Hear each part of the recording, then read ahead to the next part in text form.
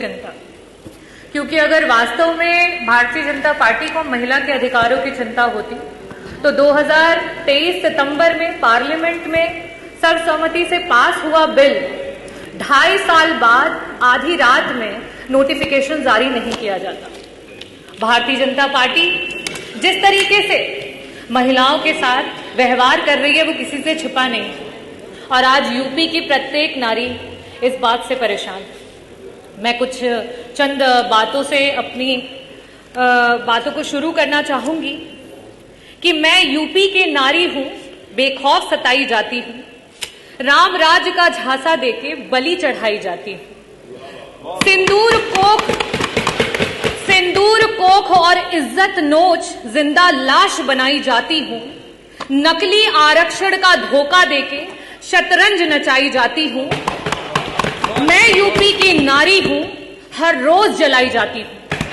आज भारतीय जनता पार्टी की जो सरकार है, डबल इंजन की सरकार, और खास करके उत्तर प्रदेश की जो सरकार है, उसकी नकारात्मक सोच महिला को कहीं जिंदा जला रही है तो कहीं मार के जला रही है, कहीं घरेलू महिला को जला रही है तो कहीं कामकाजी महिला को जला रही है, और यहां तक कि भारतीय जनता पार्टी की खुद की महिला कार्यकर्ता हो, यहां तक कि महिला विधायक को भी जला रही है और उनको जलाने के बाद देखने तक नहीं जा रही।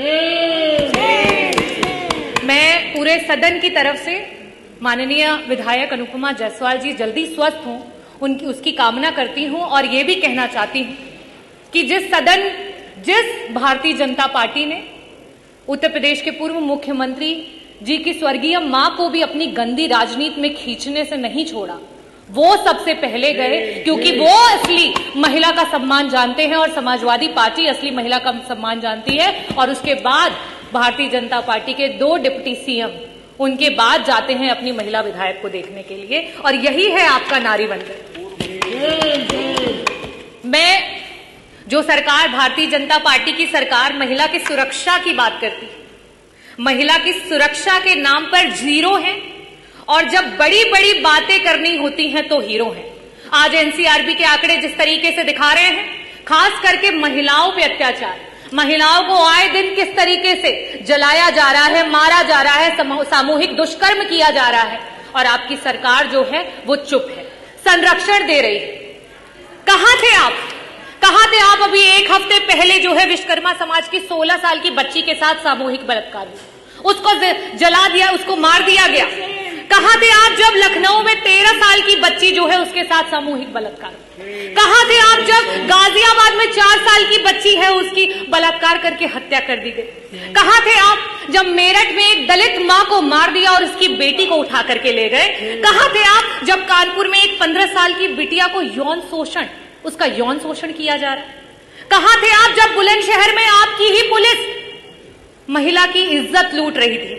कहां थे आप जब घटना हुई हाथरस में, मथुरा में, मेरठ में, सुल्तानपुर में, कासगंज में, कौशाम्बी में, बनारस में, लखीमपुर खीरी में, उन्नाव में और फतेहपुर में बेटियां बर्बाद हो गई? कहां थे आप? अगर इन परिवारों को किसी ने मदद पहुंचाई तो समाजवादी पार्टी ने पहुंचाई, अगर वहां कोई पहुंचा तो समाजवादी पार्टी के राष्ट्रीय अध्यक्ष श्री अखिलेश यादव जी को। चाहे पार्लियामेंट हो चाहे यूपी की असेंबली, पार्लियामेंट में आप नेहरू को कोसो और जब यूपी की विधानसभा हो तो आप नेताजी को तोसो। और क्यों? क्योंकि आपका तो यही धंधा है, क्योंकि आपका तो सारा काम मंदा है। नेताजी ने उस सोच को आगे बढ़ाया कि पंचायत चुनाव में 33% का आरक्षण ला करके महिलाओं को पंचायत में ब्लॉक प्रमुख से लेकर के जिला पंचायत अध्यक्ष से लेकर के प्रधान से लेकर के बीडीसी की कुर्सियों पर बिठाया। लेकिन आप क्या कर रहे हो? वो 33% का आरक्षण पाकर के जो महिलाएं हमारी नेतृत्व कर रही थी उस चुनाव को ही टाल दिया, क्योंकि आपसे महिलाओं का नेतृत्व नहीं देखा जाता है। आप तो महिलाओं के नेतृत्व को दरकिनार करके सिर्फ नारी को नारा बना करके इस्तेमाल करना चाहते हो। ये भारतीय जनता पार्टी का असली चेहरा है। आप इस सदन में जो बैठी महिलाएं हैं, जो उधर बैठी हैं, जो इधर बैठी हैं, आप जब उन्हें एक समान नेत्रों से नहीं देख पा रहे हैं तो हम धरातल की क्या बात करें? 1 ट्रिलियन इकोनॉमी की बात करने वाली सरकार, और जब इसी सदन में सत्ता पक्ष और विपक्ष की महिलाओं को जिस समय त्वरित के विकास के कार्यों की निधि देने की बात होती है तो वहां पे आप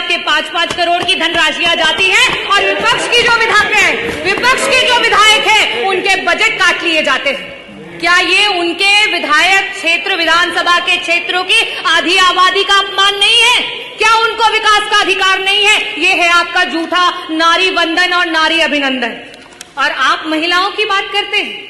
आज रोडों पे आशाएं रो रही हैं, आज रोडों पे समूह की बहनें रो रही हैं, आज रोडों पे आंगनवाड़ी की महिलाएं रो रही हैं, आज हमारी रसोइयां रो रही हैं, आज हमारी पंचायत सहायक रो रही हैं, आज महिलाएं, जो युवा महिलाएं हैं, वो नौकरी का इंतजार करते करते रो रही हैं, और आप महिला वंदन की बात करते हैं।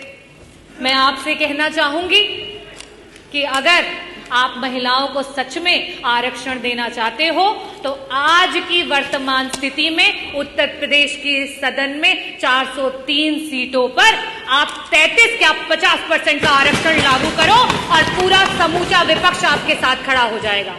लेकिन आप तो षड्यंत्र करना चाहते हो, आप तो विधानसभाओं को तोड़ना मरोड़ना चाहते हो। आप 2011 के सेंसस से अभी के आरक्षण को लागू करना चाहते हो। आप नियम कानून से नहीं चलना चाहते हो, आप सिर्फ और सिर्फ नारी को इस्तेमाल करके, नारा बना करके अपनी कुर्सी को हथियाना चाहते हो।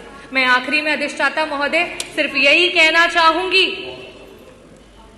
कि ये बिल पे चर्चा तो बस एक बहाना था, महिला का नाम लेकर वोट पर निशाना था, और आरक्षण का ढोंग पीटकर लागू नहीं कराना था।